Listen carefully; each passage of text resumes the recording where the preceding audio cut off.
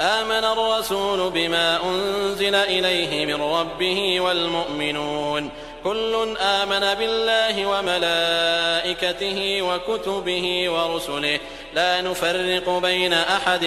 من رسله وقالوا سمعنا وأطعنا غفرانك ربنا وإليك المصير. لا يكلف الله نفسا إلا وسعها لها ما كسبت وعليها ما اكتسبت ربنا لا تؤاخذنا إن نسينا أو أخطأنا